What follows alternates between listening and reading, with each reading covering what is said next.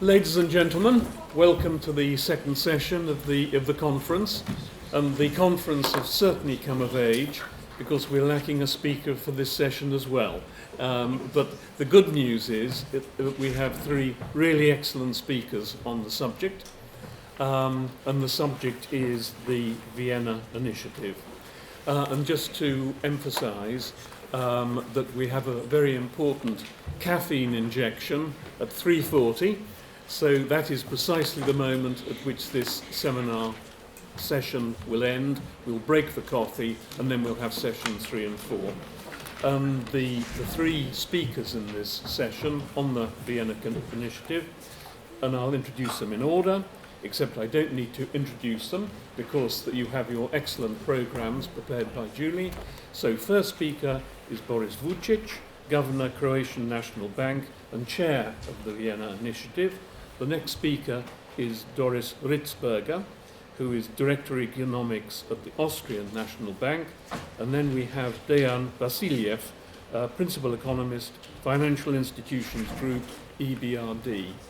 And I would encourage all the speakers just to say something about the history background of the Vienna Initiative, which may not be known to everyone in this room, and also to ask the examination question on the programme, which is the Vienna Initiative, where now? Boris, do you want to lead off? Thank you very much. I have a presentation because for those who don't know what the Vienna Initiative is, it might help to understand what it is.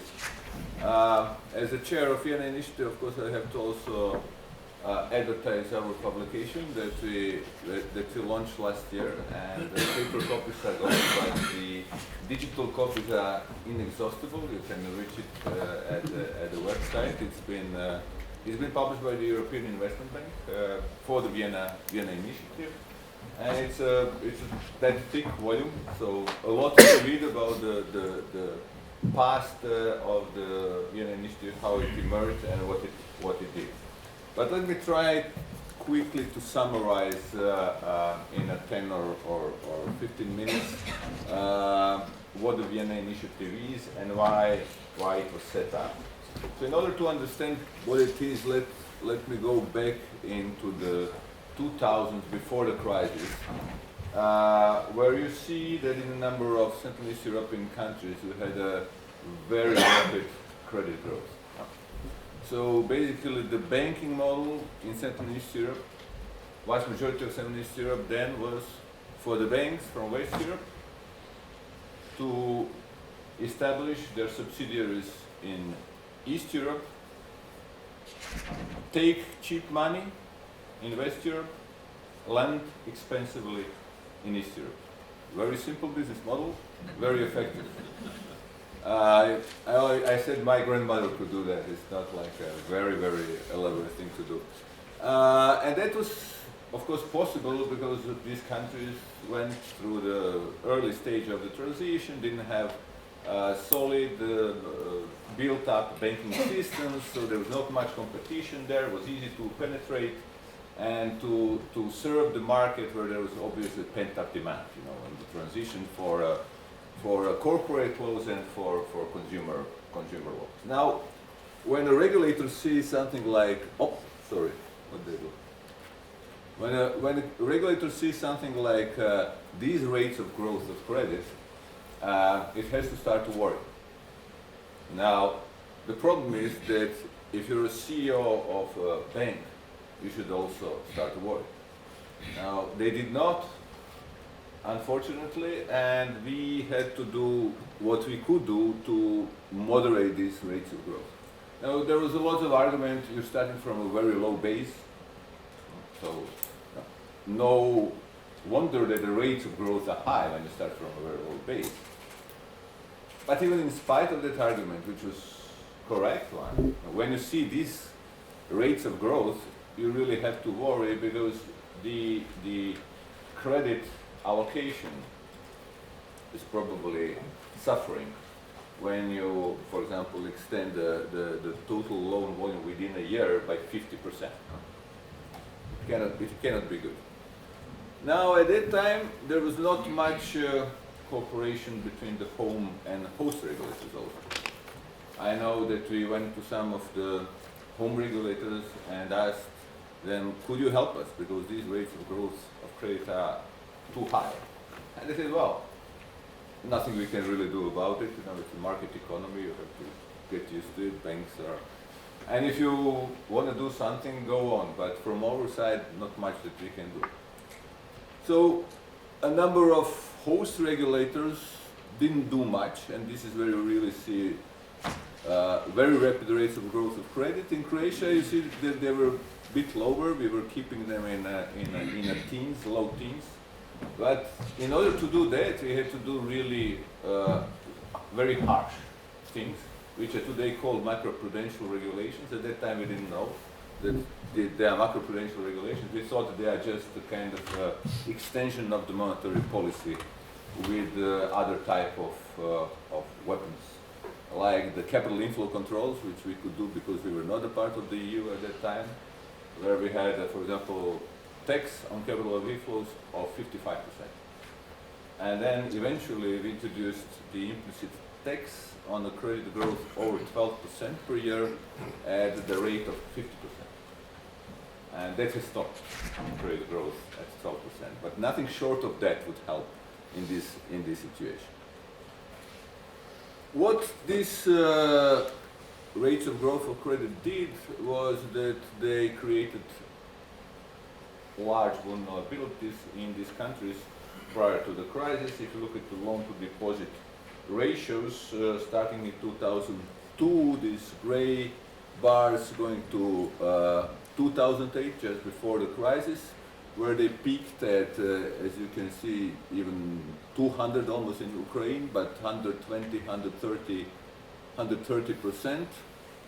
And the exposure of foreign banks to the region in the amount of 160 billion US dollars, which was, for example, between 2005 and 2008, in only 3 years' time, went up from 40 billion to 160 billion, so 3 times. So when you see something like that, it's usually the other way around. You know? The leverage usually goes up by stairs and goes down by elevator. Here it was different. Here you had it shooting up, and then obviously in 2008, when the crisis started, everybody got scared. It didn't seem a very good idea to stay exposed to this region, and the risk of disorderly deleveraging, going back the same way or even steeper, was high. So if you look at the macroeconomic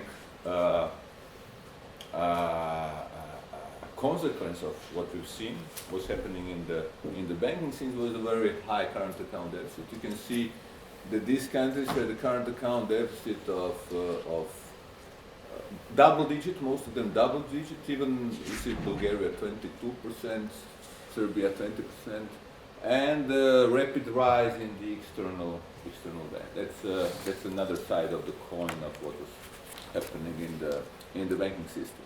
So high vulnerability. So this is where Vienna Initiative comes in. That's why Vienna Initiative emerged. People were scared in this situation that banks will start to panic and run to the exit door. Of course, if everybody starts to do that at the same time, starts to reduce the huge exposure towards the region, that would have triggered probably a severe banking and current account currency crisis. Luckily at that time, CEOs of the largest banks realized where the risks were, and led by one of them, Mr. Stepic from Raiffeisen, who initiated the initiative. They collect the signatures and sent a letter to Mr. Trichet into the ECB saying, look, we are looking into a possibly huge crisis, we have to do something about it. Basically, banks realize that it's in their best interest as well as regulators and the IFIs, I must say. Everybody was on board immediately. That we have to overcome this collectivization problem somehow together and prevent the rapid deleveraging. So basically, Vienna Initiative was then composed and is still composed of home regulators, host regulators, banks themselves, and the IFIs. So at the table, initially you had together with the regulators and the banks, the IMF, World Bank, EBRD, EIB, ECB, everybody was sitting around and trying to get to some sort of the agreement to prevent the disorderly run towards the door and unwanted consequences that might happen. The IFIs provided the liquidity to the countries that were in need, adjustment programs. But of course the risk was, if you have IMF putting money into some programs and banks taking money running out, that basically decreased the money that was put in terms of the foreign exchange liquidity. The initiative worked very well, and there was really a consensus around the table where we were sitting.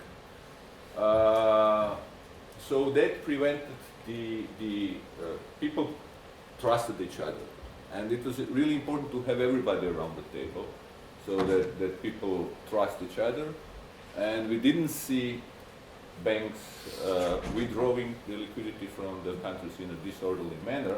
Basically, when you go back to this graph, the success of the Vienna Initiative is measured by the slope of this gray area after the crisis. The fact that it was a gradual reduction of the exposure rather than something abrupt.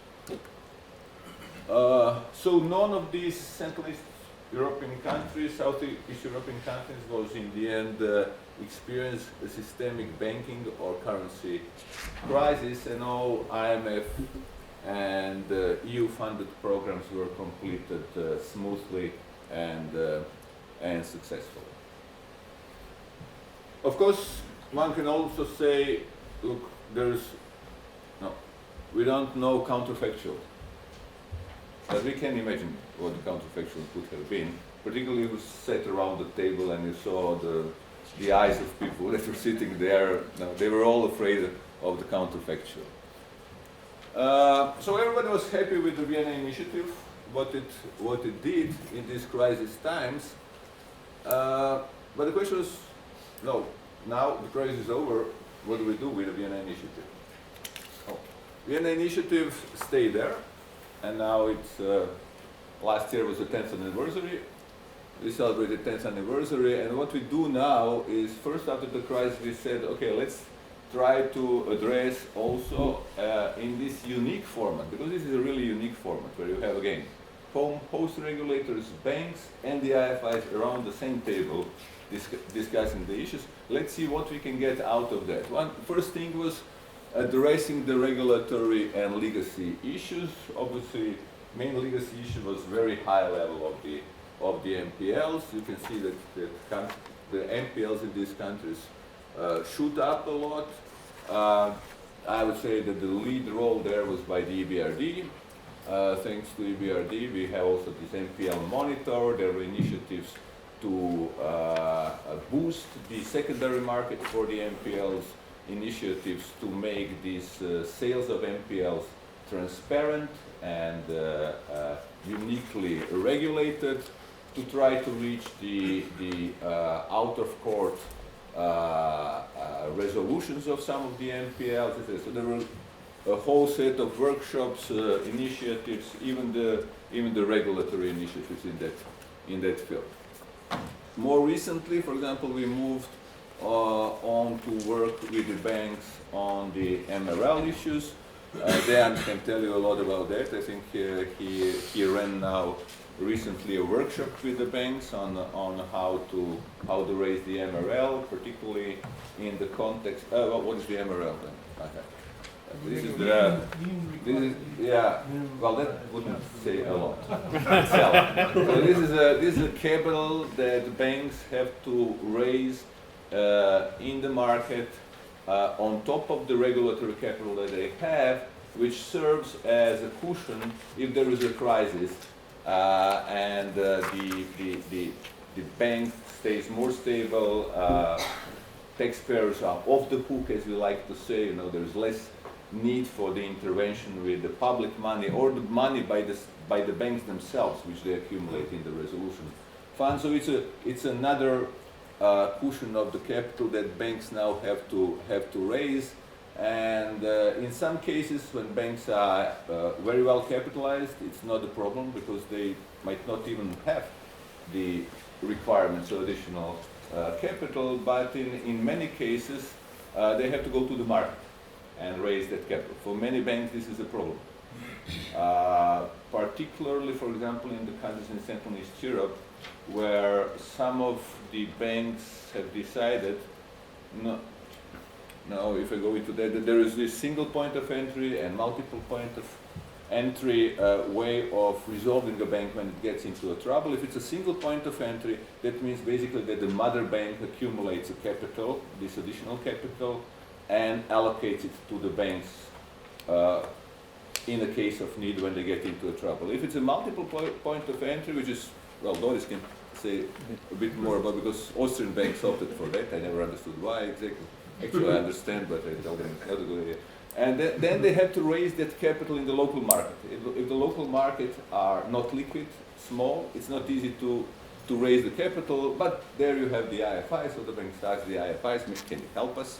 Maybe a little bit, and we have this discussion going on within the Vienna Initiative. We also, for example, try to help some of the non-EU countries, which are in our club, which are EU candidate countries, to deal with the EU regulations which adversely affect them.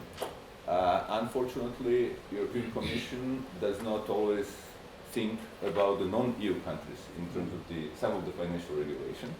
And then later on we find out that some of these countries get hit, for example, in terms of the bank's exposure to the sovereigns in the non-EU countries.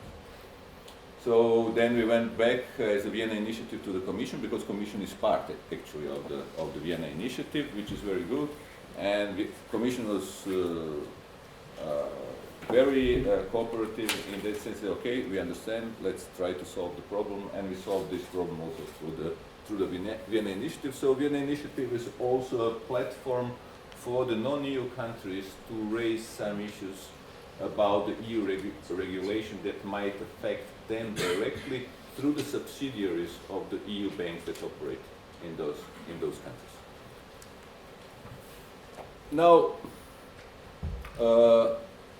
we also have a working group which tries to look at the way how the banks will operate in future, or to see what banks can do to support the still low levels of productive investments, how they can finance the innovation.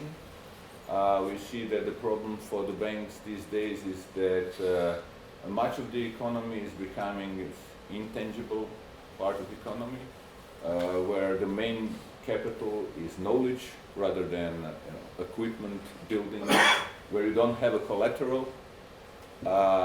And many of the companies that emerge, they go from the birthday to the mature stage without even seeing a bank. Somebody else who finances them. And for many banks don't even consider them as a bankable, because they don't have established cash flow, they don't have a collateral, so it's not for the banks. Now we're trying also to see with the banks themselves around the table, with the IFIs, how can we set up and the regulators, how we can set up instruments where banks can participate in financing these type of companies which are becoming more numerous. So this is also, we also try to put the banks together with the IFIs.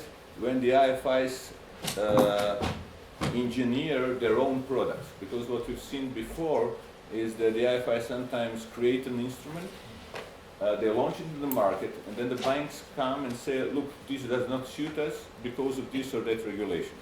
So we say it's better for them to sit around the table during the stage while the instrument is designed together with the regulator, so we don't go back and forth then and have really efficient instruments that can be used by the banks.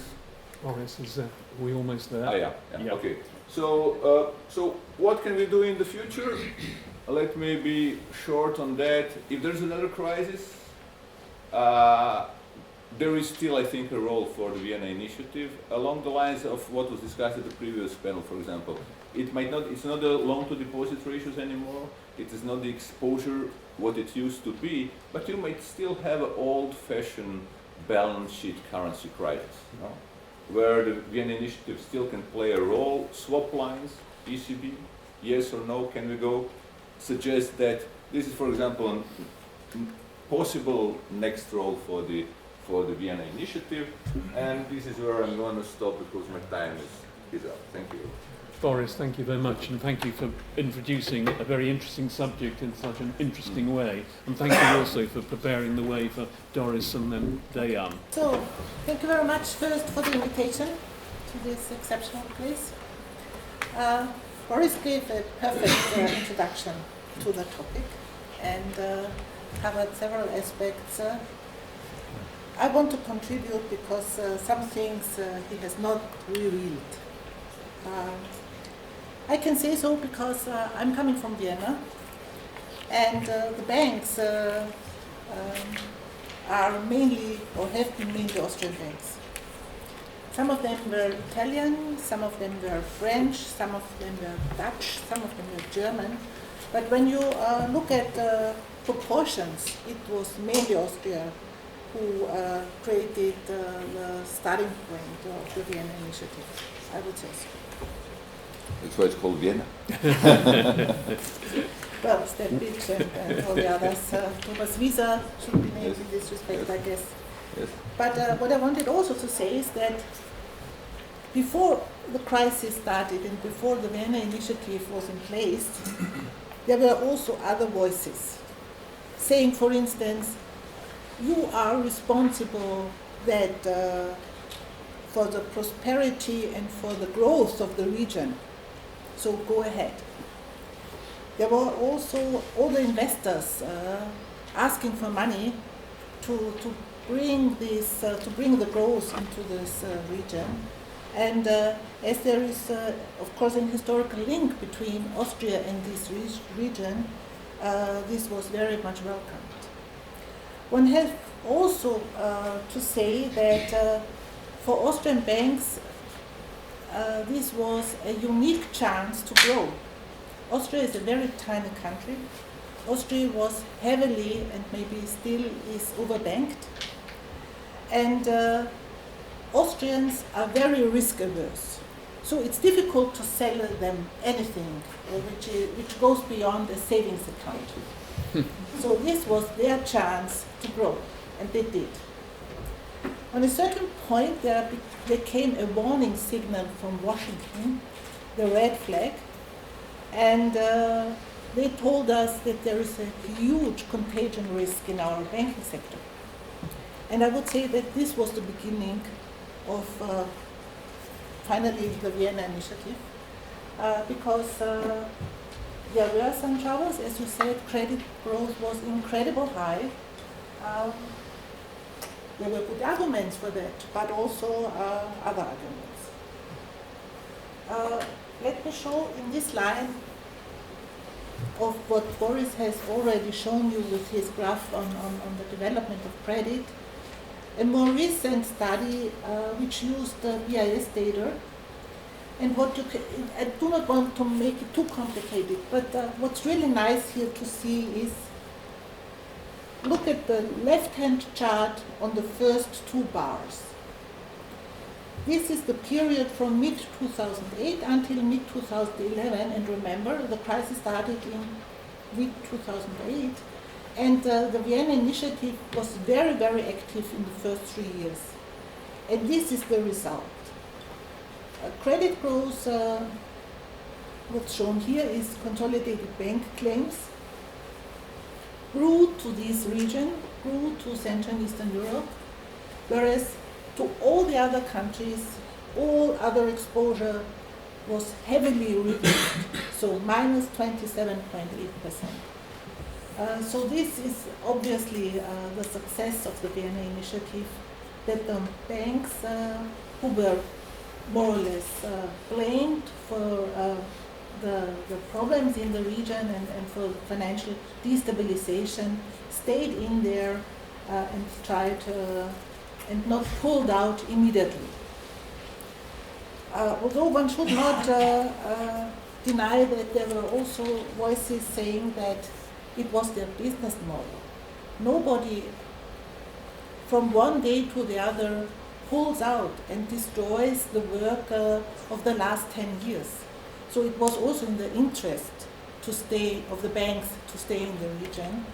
And in this respect, it was not easy for the Vienna Initiative, as we all know, but it was also not impossible, an impossible task to fulfill, because it was in the interest of the banks to stay there at least for a while. At least for a while is important, because what you see for the next period, which is from mid-2011 until end of 2015, they pulled out. They deleveraged heavily, also in Central and Eastern Europe. They reduced their exposure heavily. So these are two negative bars, the green one and the red one. On the right-hand side, you see the same with different country examples, different banks, but the picture and the message is the same. Yes, the Vienna Initiative was successful. They did the job. This picture shows you something, a development in the financial sector, what Christian said in the beginning in the first session, that the financial market now and the financing, the refinancing of banks at the moment looks totally different to what it did when the financial crisis hit. And the message here is much bigger blue bars, which is private sector deposits, and much less net foreign liabilities. When you look at the countries, country by country, Czech Republic is different, so forget about the first three bars.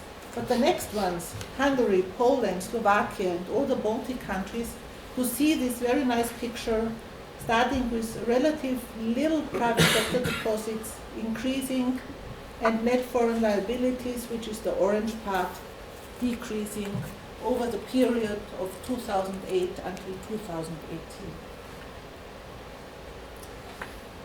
This is another country sample, same message.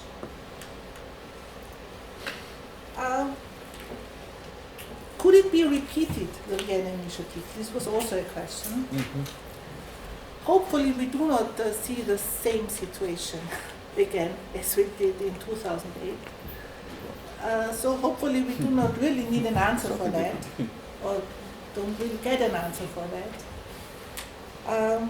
As Boris said, the Vienna Initiative showed that relatively quickly a huge effort of completely different institutions which followed completely different tasks can be made. So the banking sector closely cooperated with the international institutions, and they pulled on the same string, and obviously were successful, so this is the good news.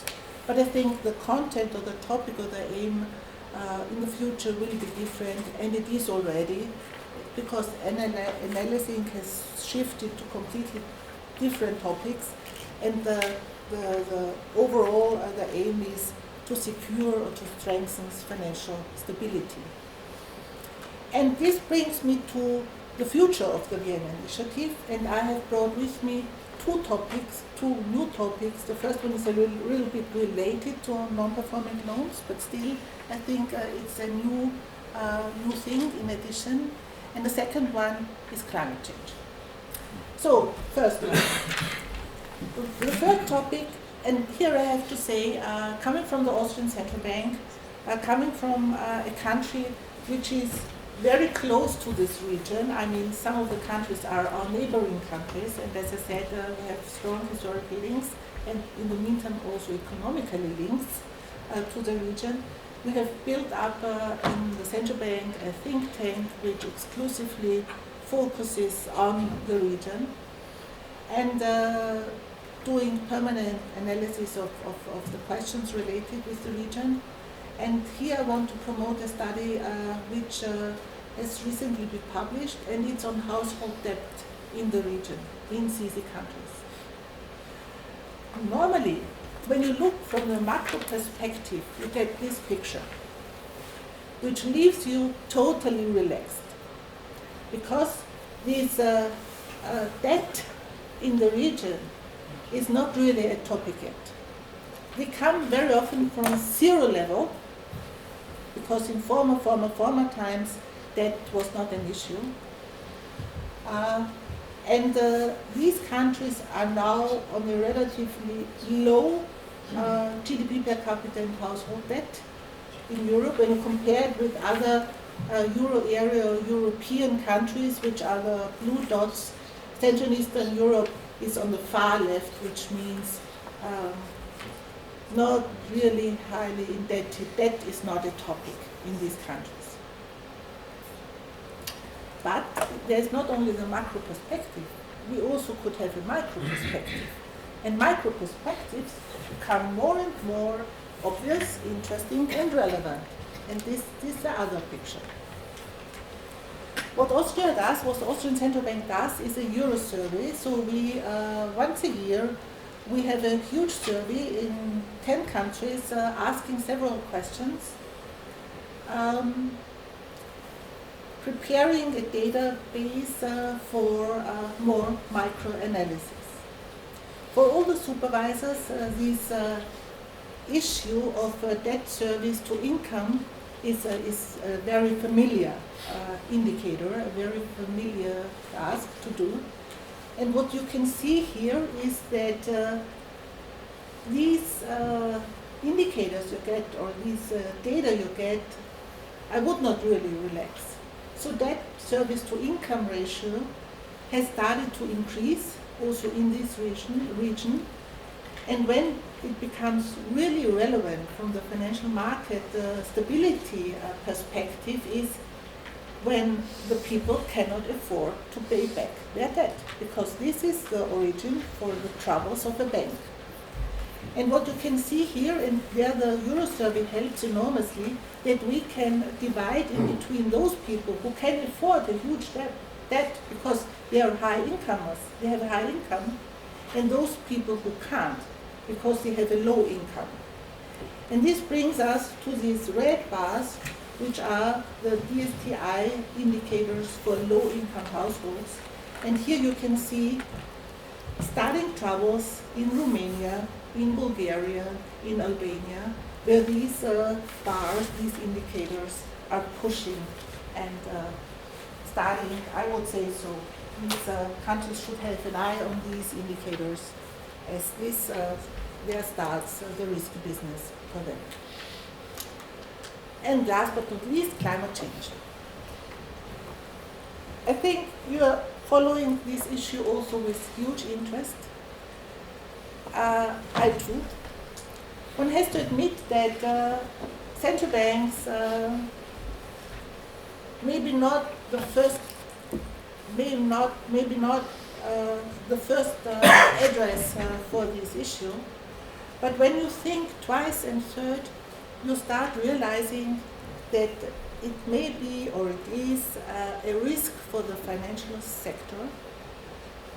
And finally, we also have to deal with these risks, because when these risks go into the financial sector and destabilize banks or others, for instance insurance companies, to a certain amount, we as supervisors, we as regulators may get also into troubles.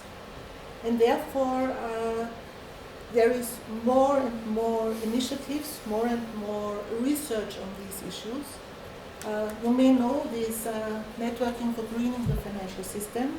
So in the meantime, more than 50 countries, institutions, central banks, other financial institutions, also the ECB, has joined this network and try to find out what can be done from our side. Although I refuse to be a climate expert, but if it comes to financial stability, we should have a look at it and try to find out ways. Maybe different kind of stress tests, maybe even different kind of monetary policy instruments, because we can gear also the financial markets and try to get a better solution also in this respect. Thank you very much. Doris, thank you very much, and thank you for introducing the concept of the greening of the financial system, which I think is an exceptionally important subject. Thank you very much. Dejan, the floor is yours. Thank you very much, David.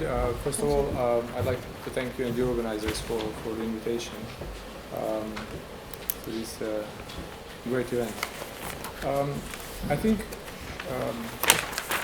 to me, when I speak about the Vienna Initiative, there is an important distinction relative to the discussion that we heard in the previous session, where essentially we talked about EU members, some of which are also members of the euro area, and some of them are not. And the Vienna Initiative deals to a large extent with the third category, and these are sort of the non-EU countries, but with significant presence of EU banks.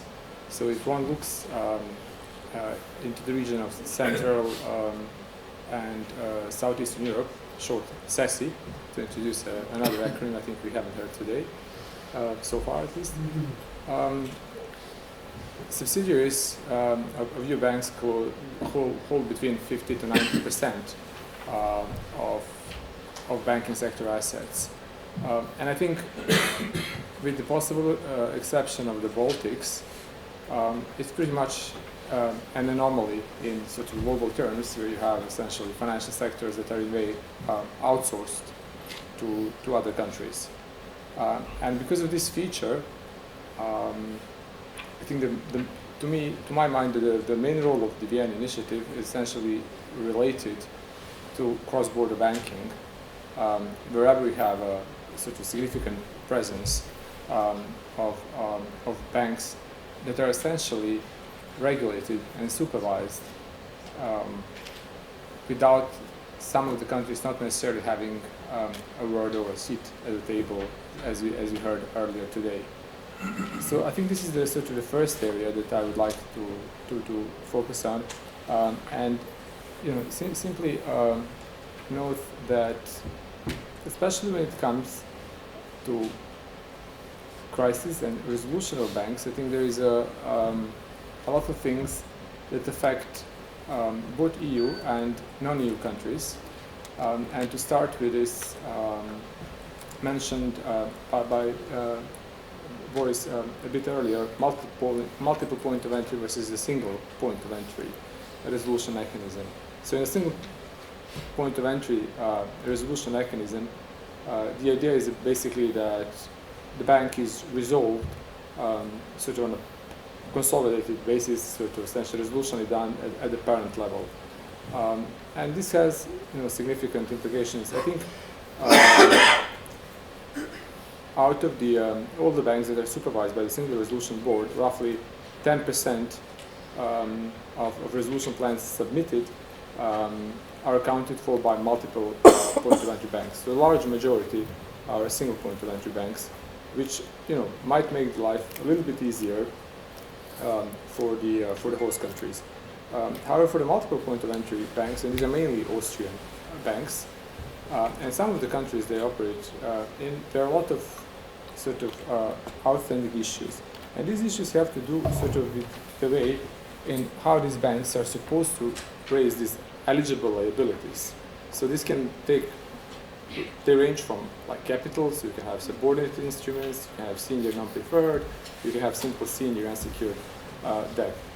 And if one draws an analogy, for example, with the United States and how things are there, in the United States, all the mid-tier banks, which are banks between 50 and 500 billion of assets, are not required to hold any senior unsecured debt for bail-in purposes. Whereas in these jurisdictions, all the banks are supposed to do that. And just sort of as an example, I think Chris mentioned before that, like if you take the balance sheet of the biggest Romanian bank, it's maybe like 2 or 3 biggest ones are going to have assets over 10 billion of euros. In Croatia, it is kind of similar. So simply the issue size that based on the total balance sheet and what they can issue is not really well suited to international issuances. So you have to have a benchmark issue, you need to have like 500 million of an issue. And then you can turn to the domestic markets. Domestic markets, however, suffer like from a chronic lack of investor base. And even in countries where this investor base is present, like Croatia is a good example. I think it's probably like in the 25, the pension funds have 25 to 30% of GDP under management. You have 4 of them, so they have limits as to how much they can invest to. In some other jurisdictions, there is a question whether pension funds are allowed to invest into these type of instruments or not. So I think it's fair to say that a lot of these countries still face sort of significant issues when it comes to placing this debt. And this is the way that the regulation was formulated, and there might be a role for Vienna Initiative to play. We have organized together with one of the big banking groups a series of workshops that looked into this issue and sort of essentially worked together with the credit rating agencies, with the IFIs, but also with investment banks to help arrange these issues as to what is the best way forward that sort of banks can take to maximize the chances of actually being able to raise this successfully. A related question is, in current conditions where you have a liquidity surplus, what to do with sort of all of these issuances, where to park this money. Essentially, you can, in some of the countries, you can issue and then you place them in government bonds because there's not that much bankable demand, and incur a negative carry, which is again not great for profitability. And as I already drew like an analogy with the States, if you look at the profitability of EU banks, the situation is not that great either.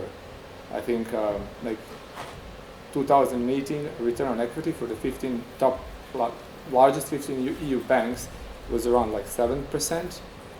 In the United States, it was roughly the double. So there are structural probably and cyclical reasons behind that.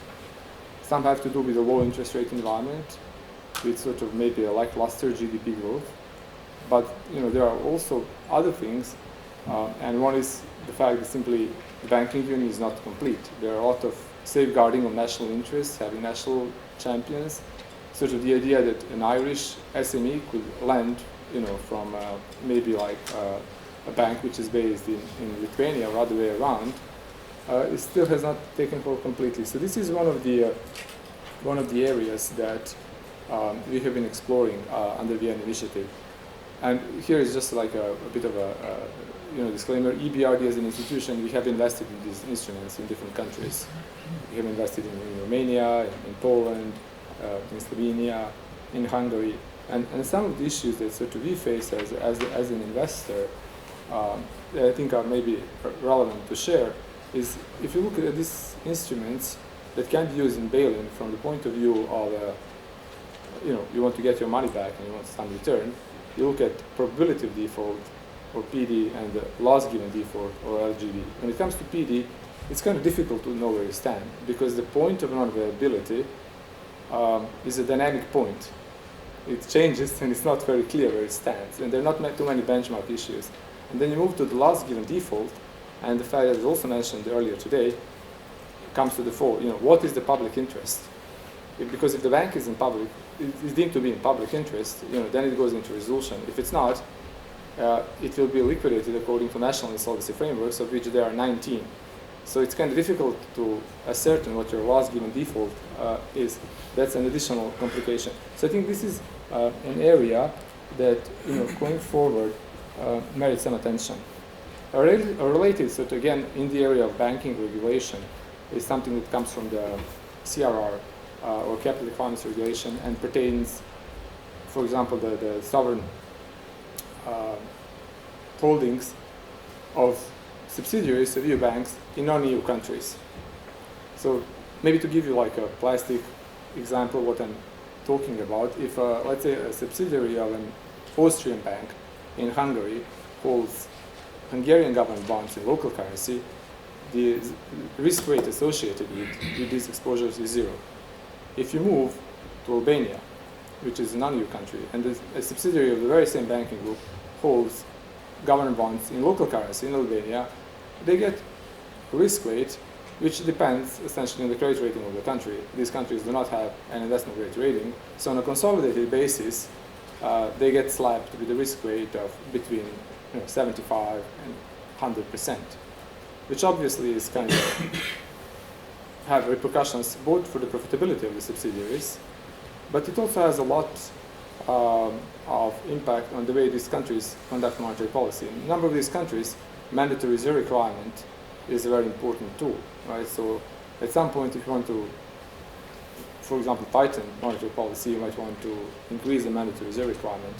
But then the banks, if because like on a consolidated level, are close to their sovereign limits, they actually might start selling government bonds, sort of injecting the very liquidity that the central bank is trying to mop up. So this is another issue that sort of we have tried to deal with, and together with European Commission and working with the European Banking Authority, we have tried to tackle. I think the practical way out of this is getting a positive equivalence assessment, which is not easy. So also different IFIs have chipped in and so to try to provide technical assistance to bring the regulatory supervisory frameworks in line with the one in EU. One of the problems was also how the EBA, on behalf of the European Commission, performs the equivalence assessment, because they were taking a point of view solely like from the EU perspective. So that would mean how important are the balance sheets in these countries that are supposed to be assessed to the total balance sheet. And because some of the markets that we're talking about are very small, they could simply not get ranked high enough to be assessed at all. So I think wherever there are these and similar issues, I think the Vienna Initiative remains relevant. The other area, I think, where might be interesting as a future direction or course of action is the area of NPLs. I think in SASI at the height of the crisis, the stock was around like 60 or 70 billion euros. Meanwhile, it has been reduced significantly. But in doing so, I think under the Vienna Initiative, we have launched a separate work stream, which is called the NPL Initiative, and which was focused pretty much on sort of three pillars. There's capacity building, knowledge sharing, and sort of improving transparency and overall functioning of the restructuring frameworks. So we have launched a website which contains sort of best international practices, and also have published the NPL monitor. So then the question of sort of kind of things that I mentioned before, the definition of NPLs, the EBA plays a very important role. The forbearance, simply the availability of information on these was very important. But so was also creating a friendly ecosystem which is friendly to NPL resolution. And that means in an ideal case, you want to have a functioning secondary market for NPLs so that the distress debt can be traded. And then that would essentially sort of probably like influence banks in terms of their willingness to lend if they know that there is a functioning secondary market where they can turn to. So I think we have been exploring here ways of rolling out this platform to other countries. There was initiatives going in Ukraine, but also now one of the regions where this might get tried out at some point is North Africa. So it might be possible to incorporate some of the lessons that we have learned in our region to other regions. And then the next area where I think the Vienna Initiative can play an important role is already mentioned by Doris, and that's the area of sustainable or green finance. And here there are like a couple of tracks a couple of directions from which this may occur. One is the earlier mentioned network for building the financial systems. I think one important point to mention there is you have a willing coalition of 50 plus central banks and financial sector regulators that together supervise more than 2/3 of assets of global systemically important banks. So this NGFS is supposed to release the climate risk handbook in April this year, and also the first stress test scenario which incorporates climate risks. And if at some point the national central banks and regulators start incorporating this into their own jurisdictions, this is going to have implications for other jurisdictions as well. And then there is obviously the work which is being done by the European Commission, who has in the past appointed the high-level expert group on sustainable finance, which has released the action plan, and last year 3 directives I think were adopted on taxonomy, on low carbon benchmarks, and on climate disclosure. So if, and at some point, there's a lot of discussion ongoing about green supporting factors or brown penalizing factors. If at some point this gets written into legislation, this is again going to have serious consequences. And by extension affect some of the countries that really have pretty much no say in drafting this regulation, which seems to be coming, and will affect them simply through the cross-border activities of some of the banks. And I'll stop here.